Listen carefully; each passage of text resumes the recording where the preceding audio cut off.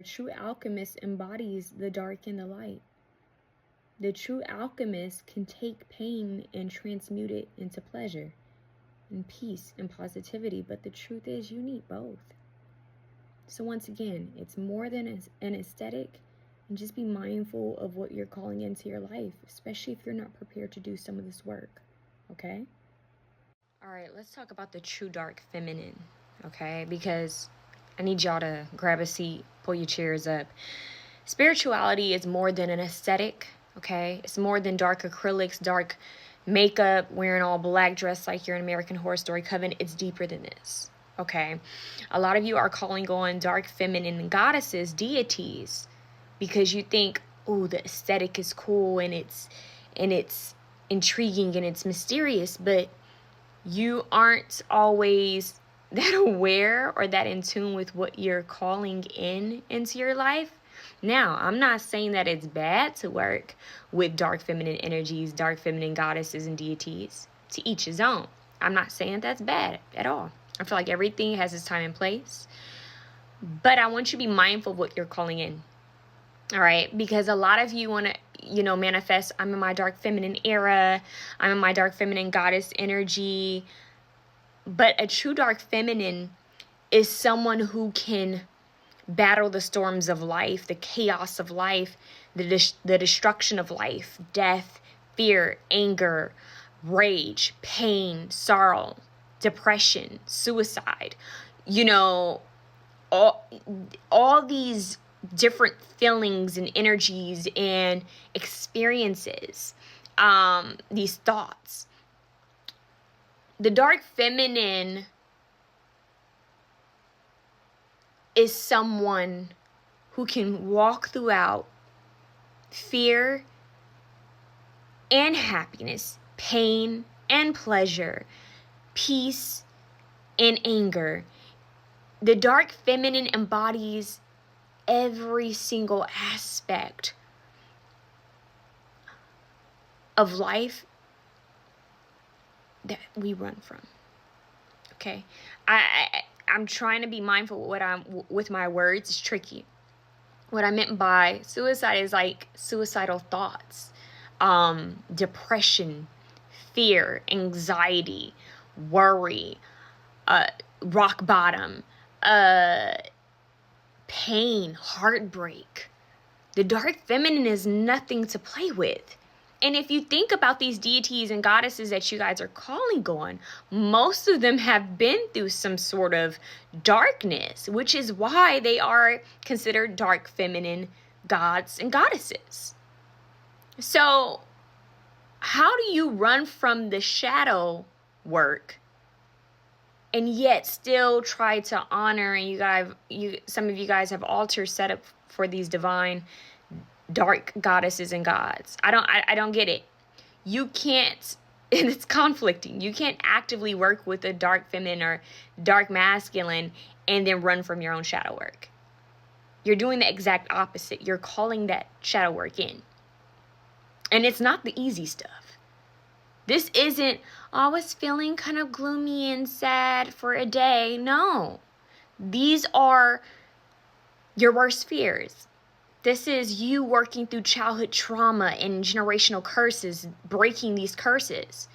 This is you having old habits come to tempt you, and maybe even people from your past coming to tempt you to see if you've learned from the past. This is your past mistakes coming up, your own karma coming up. And karma isn't bad or good, but it's things that you've done, the seeds you've planted in the past coming up, maybe even from past lives. Because this is a soul mission. So when you call on the dark feminine or dark masculine and you say, I'm in my dark era, even in your villain era, just be mindful that you are calling on, you're waking up dormant energies within yourself that need to come up to rise in the first place. But just know that if you aren't ready to work with that, if you aren't ready to do that shadow work, you're in for more than you bargained for, baby. Because the truth is, the dark feminine has to walk through the storm, has to walk through the fire, has to go through some ish. Okay? It's more than aesthetic. It's more than that. And it's painful. And it fucking hurts. And it's not pretty. It's not a look. Okay? And this is also for you light era girlies, light workers. And I'm saying this by example. Because truly, this all comes with wisdom. And the best teacher is experience. I remember my spiritual journey. I thought I had to be this light being. Oh, love and light, positivity. Woo! Right? You're number one girly for that.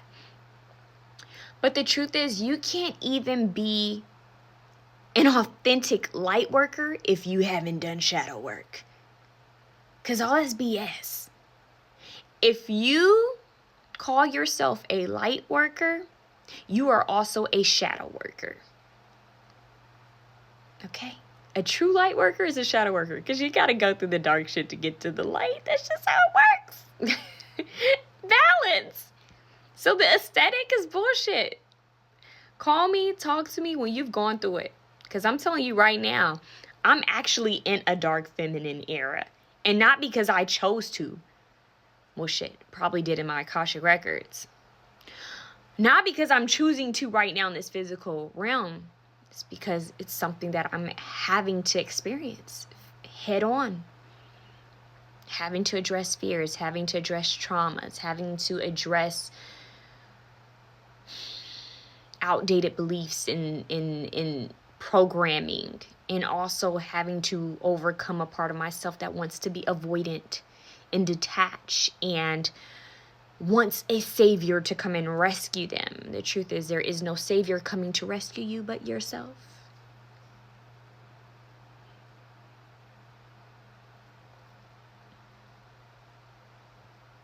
So, babies, I come on here to explain to you that if you are not ready for your life to be flipped upside down, be mindful when you are calling on dark feminine goddesses and deities. Okay? Now, life has its ups and downs. All right? And some of these goddesses and gods can be very helpful when you're going through a lot. I'm talking to those of you who are new in your journey, who are young, and you come on here or any social media platform and you think that working with certain gods and deities, it just seems fun, it seems cool, right? It seems hip, witchy TikTok and all of that. Or you think the dark feminine era is cool and that it just seems nice, and the villain era is nice and seems cool. I want you to be mindful of what you're speaking over yourself and what you're speaking into your life, because you may call in a transition in life that you may not be prepared for. But if it comes up for you, just know that you can walk through it and you're not alone. But I'm just letting you know, if you're not ready for it, be mindful. Okay? Be mindful, because you can't avoid shadow work when dealing with dark feminine energy or being in your dark feminine era. It's more than an aesthetic. And same thing for you light worker girlies. It's more than aesthetic, and it's more than just love and light, because that is not life, sweetheart. You weren't called here on earth to just be rainbows and sunshines and merry-go-rounds and whatever the heck else. It's more than your cotton candy aesthetic. It's more than all of this. Okay, and I repeat, a true light worker has been through the shadow work. I am equally Kuan Yin and Kali Ma all together. And that's life. Okay? Love you guys. Those of you who've gone through some really dark times, you can know how relatable some of those dark feminine goddesses can be, right? How warming and soothing it feels to know that there are other beings that have once been where you are and have made it out of the fire, have made it out of the storms of life, right? There's warmth and comfort in knowing that some of these dark feminines or even saints, deities, have gone through some of the same battles as you, or even more intense situations, and have made it out stronger and more powerful than ever, right? That brings warmth. That brings comfort. It's inspirational. And I'm not just talking about deities and goddesses that are no longer here in the physical. I'm talking about goddesses that are still walking among us. Your everyday people, right?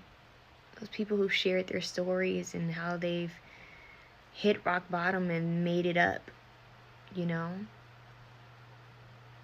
I'm just saying. Nothing is permanent.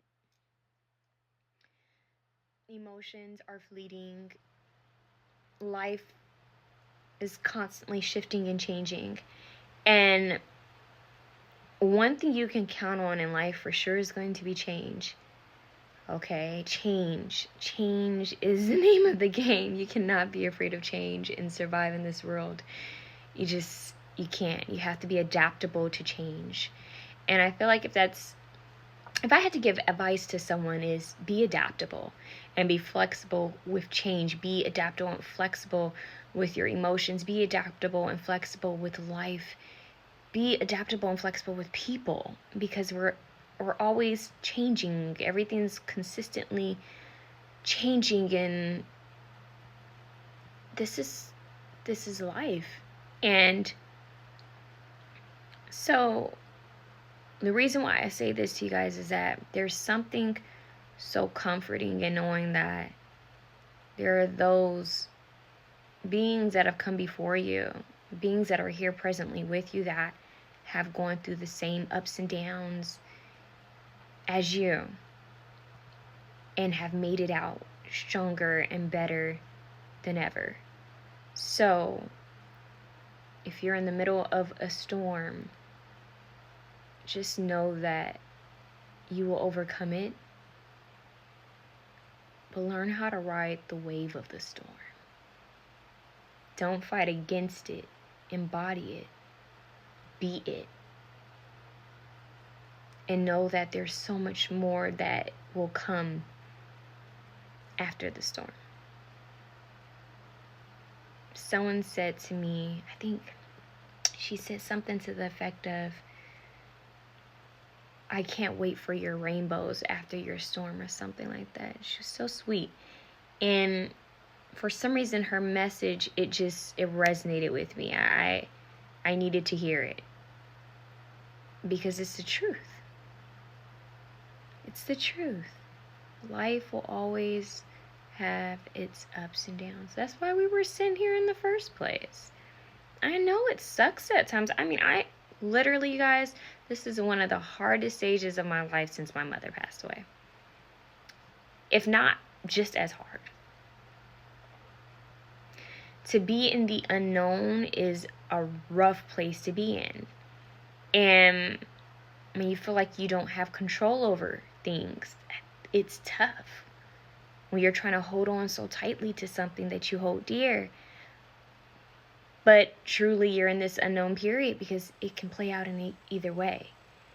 It's a tough place to be in. It teaches you a lot about yourself. The truth is, you guys, we all have our ups and downs. And what's the most important part to take from this is how you handle those ups and downs, and how you allow it to affect yourself and your life. You can choose to... Both of my dogs are being very vocal right now.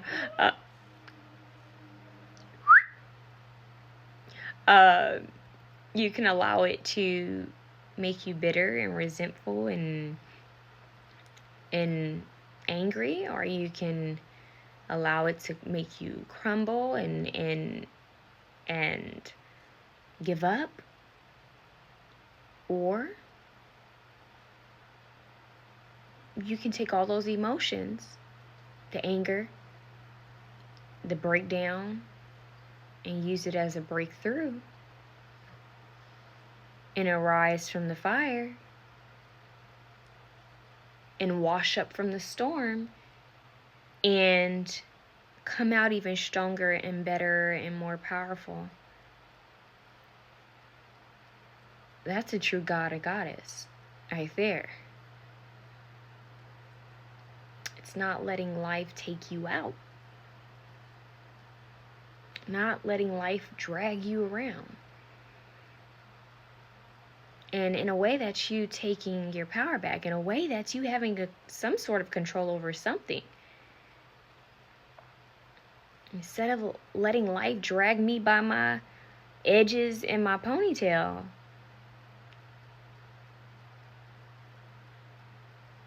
you stand up, you cry, you get angry, you crumble a little bit, but you don't let it take you out. You get back up and you fight. You get back up and give a good swing at life. And I think the biggest swing that you can take at life, it's like I'm seeing someone like bouncing on their toes like they're in a boxing ring, like fighting life. Here's the deal. Best swing you can take at life is by centering yourself and remaining calm in the middle of chaos. Finding your own inner peace when your brain is telling you to run, fight. Being at peace and breathing and being still. Shifting your perspective. Shifting the narrative. Jumping timelines. I think that's the true code right there. That's a cheat code right there. Jump timelines. I'm an infinite being. I may not have control over everything, but I have control over the way I process things. I have control over my programming. And if I am an infinite being, if I am that I am, then I can truly shift my insides, my inner self. And if I shift my inner self, because I am water and water operates off of frequency, it shifts with frequency, then that means that if I shift myself, then it's very possible that my outer world will shift as well. Just saying.